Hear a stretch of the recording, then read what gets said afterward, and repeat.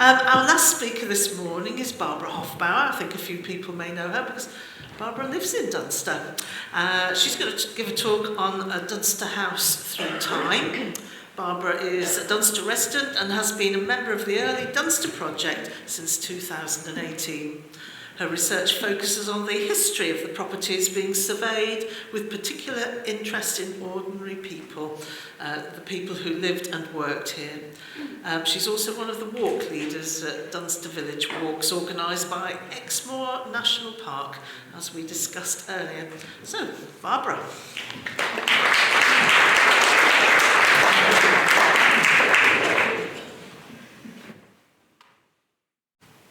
Pardon me for a moment, I'm left-handed, so I'll just deal with that if I can.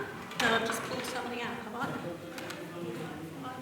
Oops, no, I'll have to, that's not going to work, is it? I'll have to be left-handed and awkward, as my dad would say. There we go, that's all right. So this, just to get my...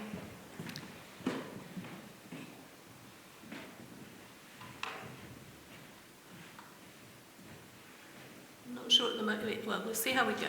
Yeah. Right, hello everybody. I'm going to focus just on one property today and use it to illustrate some of the sort of stuff that we can find out about the history of our houses here in Dunster. And before can you all hear me okay? Is that clear? Yes. Okay. And the house that I've chosen to talk about is...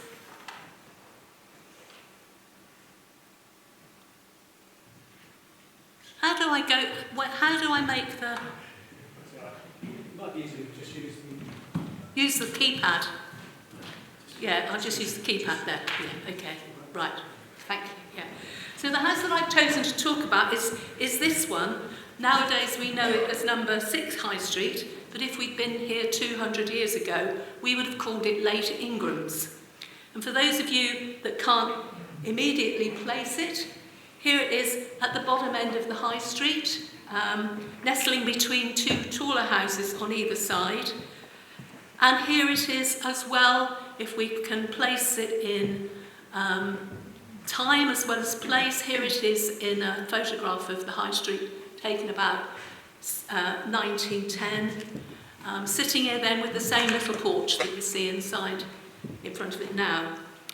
Now, like many of the properties in Dunster, it's a Grade 2 listed building, and Historic England entry for it says that it's a 17th century house with later additions. But the early Dunster project, which surveyed it early last year, reckons that it's a cross-passage house, probably 15th century, with 17th and 19th century alterations. So one of the reasons that we investigate house history alongside the survey work is to see whether we can find any documentary evidence to support or possibly contradict the survey findings. So, what do the documents tell us about 6 High Street? Well, the earliest deed that we can find, but definitely is attributed to this house, is dated 1689. It's a lease granted by Prudence Points, widow of Old Cleve, to John Stride, petty chapman, that's a shopkeeper, for the sum of £30 of good and lawful English money. That date, 1689, might lead you to think that Historic England had got it right with their 17th century description. But there's a big clue here that tells me that 15th century, or possibly even earlier, is much more likely to be correct. And it's because of this name here, Points. The Points family were one of the biggest owners of property in Dunster and Crampton in 1689, possibly second only to the Luttrells themselves at that time. They had owned these properties for several generations, inheriting them because of a will made by a chap called John Lottie, who died in 1499. Among their properties was this grand house, which some of you will recognise. It's on the footpath to the beach after the railway station. It's been called the Old Manor since the 1920s, but anciently it was known as Foremarsh. It's another one of the houses surveyed by the Early Dunster project, and actually we could stand here for the rest of the day talking about it. But to suffice to say now that much of the property, what we're looking at here, was built in the late 15th century by this John Lottie, or possibly a bit earlier by his father before him. But there's also an older wing, which is probably dating from the 14th century, that was built by another family who lived here called Rivers. Now, as you can imagine from looking at this house, the Rivers and the Lotties were wealthy people. Over several generations in the 14th and 15th century, they held important official posts for the Luttrells and probably for the Demones before them. And there's little doubt that they used the opportunity that power gave them to increase their wealth whenever and when they could. A late 15th century record of land holdings in Dunster lists John Lottie as owning more than 20 burgage tenements. Now, a burgage was a form of medieval land tenure specific to towns or boroughs. The word borough and burgage have the same Old English roots. It's a concept that was hugely important in the development of medieval economic and social life and the transition from a service-based to a money-based economy. Dunster was recorded as being a borough in 1197, possibly the earliest in this district, although Watchet and Stegursey, I know, followed quite close behind. Now, the burgage idea was to lease plots of land within a town, usually narrow strips of land fronting onto a marketplace, to artisans and to merchants, where they would build shops and workshops. And these leaseholders were known as burgesses, free men or citizens of the town, with rights to vote and access to common land. And they also had the right to pass on the title of their tenement to their heirs, or to let or lease them, to sell them, to raise money using them as security. And all the evidence points to our house at 6 High Street being one of those burgage tenements that was owned by John Lottie or his forebears at the time that he died in 1499, part of the Points inheritance. So it follows, to my mind, that this house must have been built before 1499, possibly quite a bit before. The early Dunster project assessment of the property, I think, is correct. So let's now turn to the lessee in our deed, to John Stride. I haven't been able to find out when and where he was born. It's likely that it was sometime around 1650, during or in the aftermath of the Civil War, in which case it is possible that he was actually born in Dunster. The parish registers for Dunster in that period from 1645 to 1660 are very incomplete, missing entirely for some years. And there's a general point to be made here about Dunster in that Civil War period. We know very little, although a lot is known about what happened up in the castle, we know very little about the consequences for the rest of the town. The Reverend Hancock, in his History of Dunster Church, makes an oblique reference to some evidence of as many as 40 houses being burnt down. But as far as we know, there's been no real research into this. In our house, number 6 High Street, there is actual smoke blackening on the roof trusses, which is thought to be more likely because of an actual fire in the roof, rather than the usual blackening that you get from an open hearth in a hall house. And we know that the house next door, number 10 High Street, was described as decayed in 1686 and had to be almost entirely rebuilt. So it's conceivable that here and anywhere where we find 17th century alterations and rebuilding, that could actually be a consequence of Civil War damage and should be thought about in that sort of context. So, returning back to John Stride, at the time of this lease in 1689, he was married to his second wife, Joan, and he had a daughter, Mary, and they are both mentioned in the lease. Those are the 3 lives that the lease was valid for. Nowadays, we're used to leases being running for a number of years. 99 or 999 is quite common.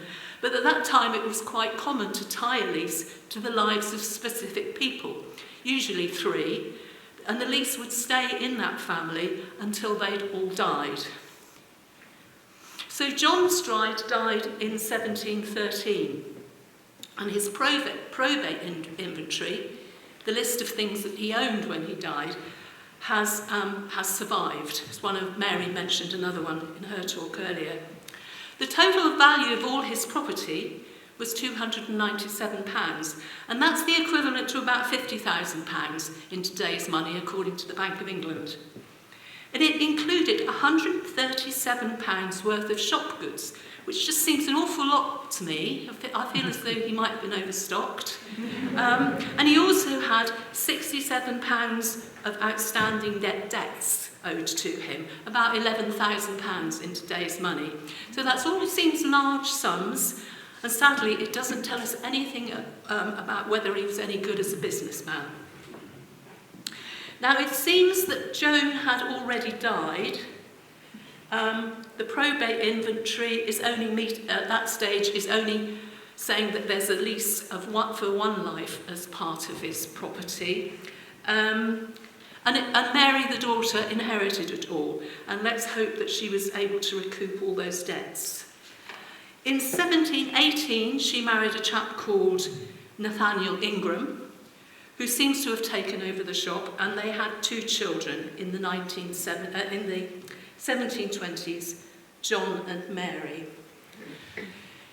Nathaniel seems to have prospered in his business because in 1735 he took on the lease of this property in the High Street, number 30, known to us now as Dunster Living, remembered by some of you, I'm sure, not too long ago as Dyer's Saddlery.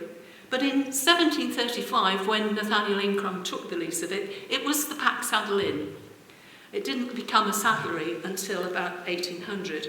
And Nathaniel's son, John Ingram, lived and raised his family here. And then in 1739, Nathaniel ventured in another direction, buying this property at the far end of West Street, next to the Pound, with the Mill Leat running behind it. Familiar sight when you go to the surgery. Now at the time, this was still operating as a fulling mill. When Nathaniel died, 10 years later, he was referred to in his will as a clothier, a maker or seller of cloth, and he may well have been the last person in Dunster to follow that trade. Certainly he was one of the last. The cloth industry in Dunster at this time was really on its final legs. And after Nathaniel died, it seems that Mary Ingram and her son John tried to make a go of the place by converting it to a grist mill, which may have been for crushing grain for brewing or for coarse milling. And that's how it was described when it was sold to the Luttrells in 1763. But apparently not really a going concern even then, because it was converted into 2 cottages 20 years later. So Mary Ingram died in 1765, and the lease of 1689 died with her. But at that point, the house didn't, with the termination of the lease, the house didn't revert to the Poyntz family, because not long before, in 1760, John Poyntz, who was the main legatee of the 1499 will at that time, had sold the whole Poyntz portfolio of property in Dunster and Crampton to Henry Fownes Luttrell for £2,400. And there is a short inventory of the properties that changed hands at that time. And the 4th one in the lease is Mary Ingram's house in the High Street, with the land share under Coniger. And this is when the house starts to become known as Late Ingram's. It was the practice to call the properties by a former tenant. We didn't have addresses at that stage, and calling the house by the name of the former tenant or owner was the norm. After this, it seems to have been let by the Luttrells on a simple landlord and tenant basis. There are no more leases for it. But it's around that time that we can start to pick up much more information about occupiers of all the Dunster houses in the land tax and church tax records. And from that we know that by 1772, sorry, I'm moving pages as I'm moving the screen here. Sorry, yeah, by 1772, a couple called Giles and Anne Bryant were living here. Giles was a butcher. He's recorded as having a butcher's shop in Minehead in 1763. And there's also a record in the Castle Estate accounts that he was paid for beef for the poor in 1767. Then from 1795, we have Stephen and Mary Escott, and here we can find evidence in master apprenticeship records that tell us that Stephen Escott was probably a master cordwainer, a shoemaker. In 1804, a young married couple, Aaron and Mary Willicombe, moved in. Aaron was a wheelwright, born in Old Cleve, and 4 of the couple's 8 children were born here in this house before they all moved up to St George's Street.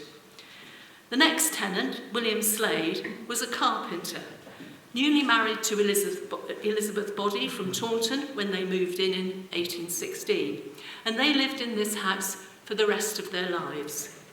It was William Slade who was listed as the occupier in the 1840s tithe apportionment. Now, the tithe apportionment and the map that goes with it, here's the Dunster town section of it, is probably the most important document that we have for researching house history. It's the first comprehensive and accurate detailed map we have for Dunster, and it gives us a reliable link between the documents and the actual places on the ground. Each separate plot of land was numbered on the map and listed in the ledger, the tithe apportionment, to record the owner, occupier, size and usage. So our house, number 6 High Street, Late Ingram's, was called field number, because this was primarily, the tithe was primarily about land usage, and the use of, the recording of houses was a sort of an afterthought really, so that all the houses, all the plots of land were known as fields. So it's field number 16 in the Dunster tithe apportionment, the owner then, John Fans Luttrell, and the occupier, William Slade. So William and Elizabeth Slade raised 6 children in our house, the last of them born in 1829. Elizabeth died in 1855, William in 1860, and it was their son Henry, who was a tailor, who took over the tenancy after William died. And it's Henry who, sorry, I just did that again, go back. It's Henry and his wife Mary from Witheliscombe and 5 of their children who would have been living in this house when this photograph was taken in around about 1870. We just add the contemporary photo here, just to give you a bit of bearing on the house.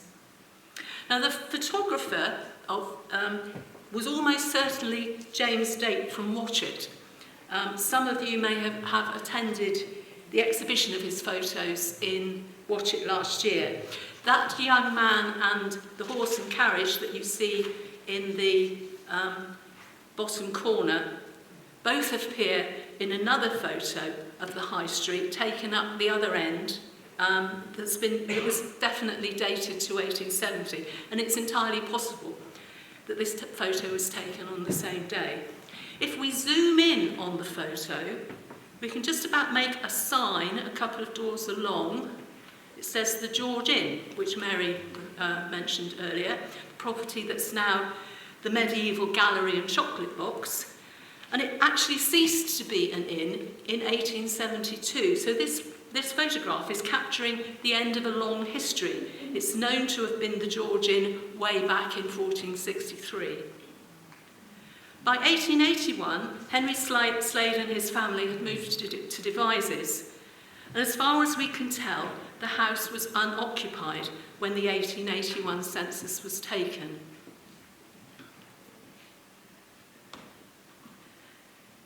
And it's perhaps that's when the 19th century alterations were made. It certainly does look a bit run down and it needed some attention when this photo was taken. Possibly that's when its little porch was added as well. By 1899, we have new tenants in the house, Edward and Emma Hole, and their 5 daughters. Edward was yet another carpenter. In 1891, when we have the census records for them living there first, his uncle Thomas, who was a cabinet maker, was living 2 doors away at what is number 2 High Street. And there may be some of you here now who remember Tommy Hole, who lived there until the 1970s. He was the grandson of that earlier Thomas. If we look carefully, if we look closely at the sign above that shop at number 2 in the 1870 photo, we can just see that it says Hole, builder, cabinet maker and appraiser. But in 1870, the Hole that it was referring to wasn't Thomas Hole, it was his father, John, Edward's grandfather. Now, John Hole, builder and carpenter, was born in Dunster in 1793. He had 6 sons who all became carpenters, joiners, glaziers and so on in Dunster, and then into the next generation as well, including our Edward at number 6. So there was a whole dynasty of, no pun intended. Thank you whoever picked that up. There was a whole dynasty of craftsmen in one family here in the middle of the 19th century, at a time when a whole lot of building work and redevelopment was happening. And we've come across them many times in the houses that we've surveyed, sometimes as residents and sometimes as workmen. John Hole Sr., probably with his sons working alongside him, was responsible for building these cottages on the Ball in 1838, replacing some earlier derelict houses and a barn. And it was known as Hole's Row in the 19th century. And it's in one of those middle ones of that row that Edward was born in 1855. But the thing that's really of particular interest in relation to our house, number 6, Late Ingram's, is that John Hole's mother was called Susan Ingram. She was the daughter of John Ingram, who was born here in this house, the son of Nathaniel Ingram and Mary Stride. So when Edward took the tenancy in the 1880s, he was moving into what we might think as one of his ancestral homes.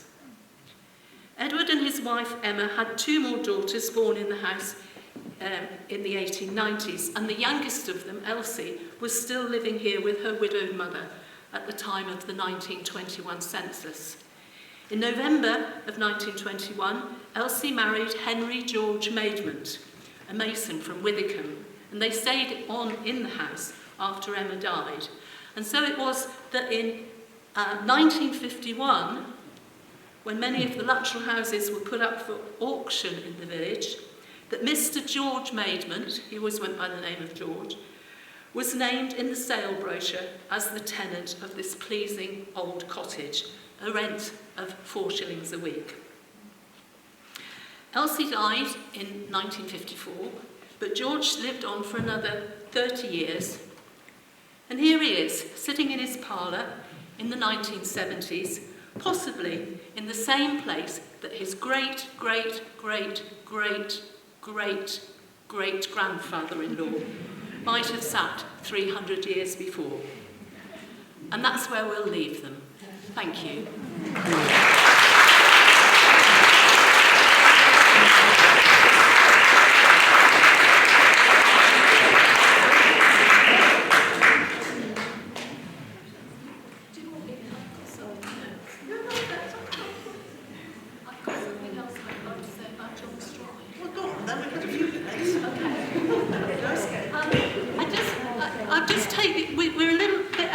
We're a little bit ahead of time, which is unexpected, isn't it?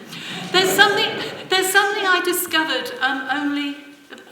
it might have been last weekend when I was looking into the parish registers for John Stride. And I will just mention this to you now because to me it's a really interesting thread to follow up. John Stride and his wife Joan had another daughter called Hannah, who was born in 1698, and she is listed in the parish registers. But unlike, there's a difference in the way that she's listed in the parish registers. What you normally get is you just get a chronological list of who was baptised in a year, then who was married in a year, and then who was buried in a year. Hannah and I think this in 1698, there's 4 children that this relates to, are not listed with all the children that were baptised. So you've got Fred Smith was baptised and Mary Jane was baptised. And then at the end of the list for the year 1698, there's this group of 4 children. And it doesn't say that they were baptised, it just says that they were born. And this goes on for another 4 or 5 years after that you've got children being baptised and then another group of children that are just listed as being born. Now, I think to me, that is saying to me that John Stride was some kind of nonconformist, and I would suspect that he was probably a Baptist, because it is around that same time that we have evidence of a Baptist meeting house, not just any old Baptist meeting house, this was a particular Baptist meeting house being built or being set up in Dunster at what is now number 1 Park Street. And I think what happened here is that you've got these children being born to people who are Baptists, who are not having their children baptised in the Church of England. But the parish clerk doesn't know what to do about them. He knows that the birth of children has to be registered, but children would normally be baptised. And he can't ignore them, but he doesn't know. So he just says that they're born instead, lists them separately. And presumably, I think the last time this happens is in 1706. Presumably by that time the situation's been resolved and they're recording their children separately. Or maybe the church authorities have decided, well, if they're not going to be baptised, that's up to them. Let them rot. We won't record their names. But it's just interesting that little piece of information, this little Hannah, who actually, she only lived for it. She was buried the following year, listed as being buried. She only lived to be a year.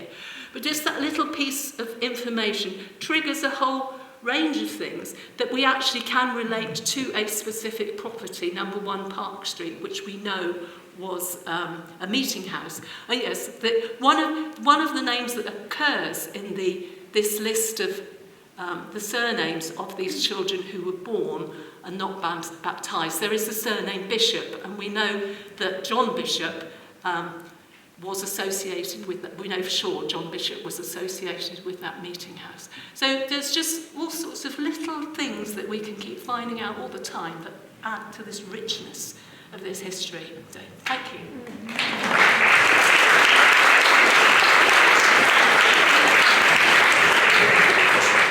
Well done, Barbara. You are a mine of fascinating information.